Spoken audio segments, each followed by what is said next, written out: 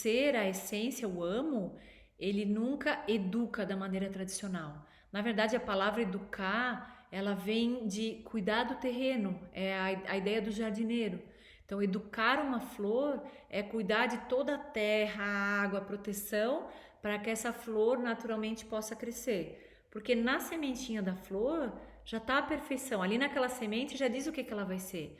Uma margarida, que cor ela vai ter. Então, a semente ela já é todo o poder ali concentrado. Então, o jardineiro, no caso nós e vocês, a gente não se mete na perfeição da flor. A gente se mete em fazer a terra ficar bem fofinha, em ter nutrientes, em botar uma proteção, né? Quando a semente está embaixo da terra, ela está super latente ainda. Então, quando ela sai o primeiro galho é frágil, né? Então, eu não posso dizer, poxa, por que não tem um tronco de tapa dela é de raminho com folhinha verdinha? Quando ela tiver 30 anos, ela vai ter um tronco de madeira. Então, eu vou proteger. Quando ela tá só um raminho, eu protejo bastante do vento.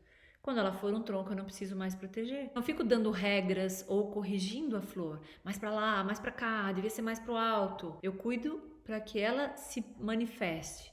Então, eu cuido da carruagem, eu cuido do cocheiro, eu cuido do cavalo, para que o amo se manifeste. Lembrem, um corpo que cresce, uma mente que se desenvolve e um ser que pode se manifestar. As regras que a gente chama de educação são uma série de informações que são dadas ao cocheiro com coisas que são aceitáveis socialmente ou não. Isso vai mudar de cultura para cultura.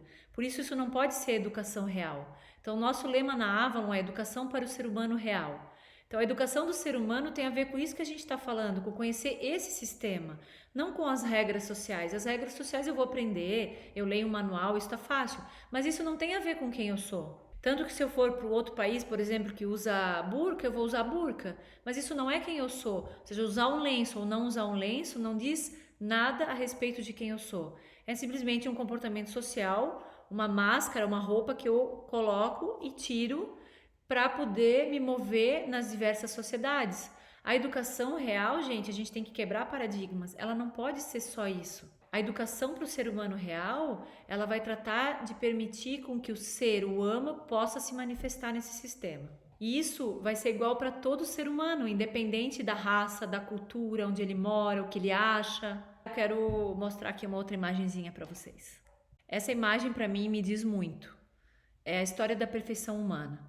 No início da formação do ser humano, vamos pensar no filho ou na filha de vocês. Realmente, o esforço que vocês fizeram foi ir namorar, né? Claro, isso sim. Mas todo o resto, pensa, o espermatozoide entrou, ele sabia para onde ir, o óvulo deixou ele entrar, depois que ele entrou, o óvulo fechou. E ninguém ficou corrigindo, enchendo o saco do óvulo, enchendo o saco do espermatozoide, fazendo corrida, vamos lá, espermatozoide, entra. Não, o que a gente fez? A gente cuidou desse terreno.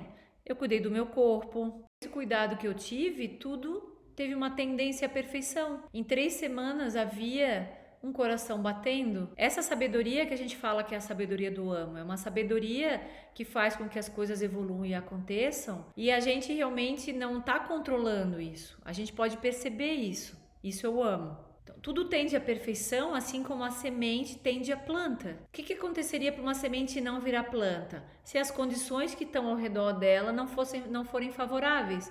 Mas a gente não interfere na semente. A nossa ação não é corrigir a semente, mas cuidar do que está no entorno dessa sementinha. A semente no começo ela é egoísta, quando ela entra na terra, ela quer todos os nutrientes, ela quer toda a água para ela e ela fica um tempo embaixo da terra antes de se manifestar, só sugando. Muito egoísta essa semente. Vocês acham que essa semente se torna uma planta carnívora por querer toda a água e nutrientes para ela? Essa semente está errada, essa semente é má.